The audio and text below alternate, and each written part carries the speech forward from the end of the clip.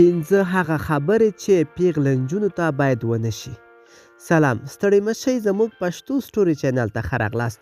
ملګرو که غواړئ پوه شئ ویډیو تر اخره وګورئ، او که تاسو زموږ چینل کې نوي یاست نو مهرباني وکړئ د ویډیو کتو نه مخکې زموږ چینل سبسکرایب کړئ. پنځه هغه خبرې چې پیغلو نجونو ته باید ونه شي. پیغلې نجونې چې کله تېروتنه کوي او تاسې ورته ووایاست چې سبا به دې واده وي، ته به هلته هم دغسې کوې، یا به د خاوند کور کې هم دغسې نازونه او نخرې کوې. دوی په شدت خفه کیږي.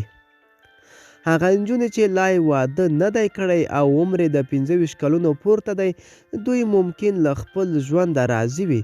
په دې اساس کله چې هغه ووینئ مه ورته وایاست چې بخت به دې خلاص شي، د خوبونو شهزاده به دې راشي، ځکه دوی په دغسې خبرو مایوسه کیږي او ممکن په رواني ناروغۍ هم اخته شي. هغه پیغله چې عمر یې زیات شوی، دا خبره هم به ورته وایاست چې تاسو لا هم وخت لرئ، بخت به مو خلاص شي. تاسو چې کله ورته ووایاست لا هم وخت لرئ، دوی فکر کوي چې ډیر زیات وخت پرې تیر شوی دی. په دغسې خبرو نه یوازې دا چې دوی ته ډاډ نشئ ورکولی، بلکې لا نور یې هم ځوروئ. تشویش مه کوه، زه هم د واده مخکې ستا غوندې وم.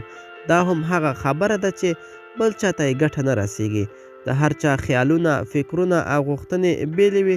دغسې خبرې که کومې پیغلې ته کوئ، هغوی د خفګان پرته بل هیڅ ګټه نه لري. ملګرو، خدای دې وکړي چې له ویډیو نه مې اوس مطلب اخیستی وي. د لا ښکلې ویډیوګانو لپاره زموږ پښتو سټوري چینل سره اوسئ. تر بلې ویډیو ښې چارې.